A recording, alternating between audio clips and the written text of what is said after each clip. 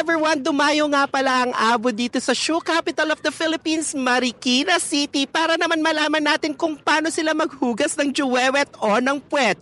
Kung front to back ba or back to front. Kaya naman samahan nyo kami. Ulala!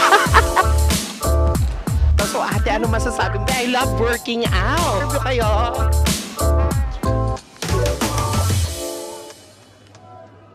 Meron tayong nakita na mukhang magpapa-interview, kaya naman samahan nyo kami. Grabe, nakailang laps ako dun ha. Laps na takbo ha, hindi pagkain. Pero eto parang si ate, medyo busy. Interviewin kaya natin si ate.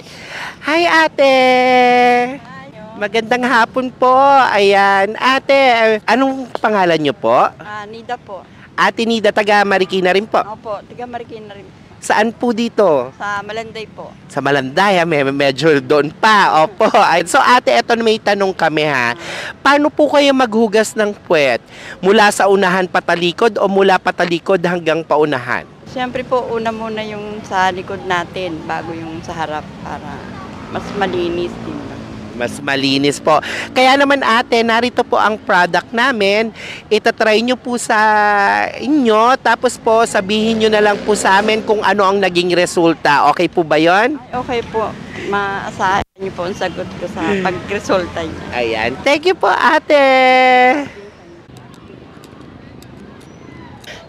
Grabe, I love working out. Hanggat may lupa, takbo. Ay nako, nandito na ulit si Ate Nilda at tinry na niya ang product na ito. So ate, ano masasabi mo sa produkto? Maganda po siyang gamitin. Malamig sa pakiramdam ba?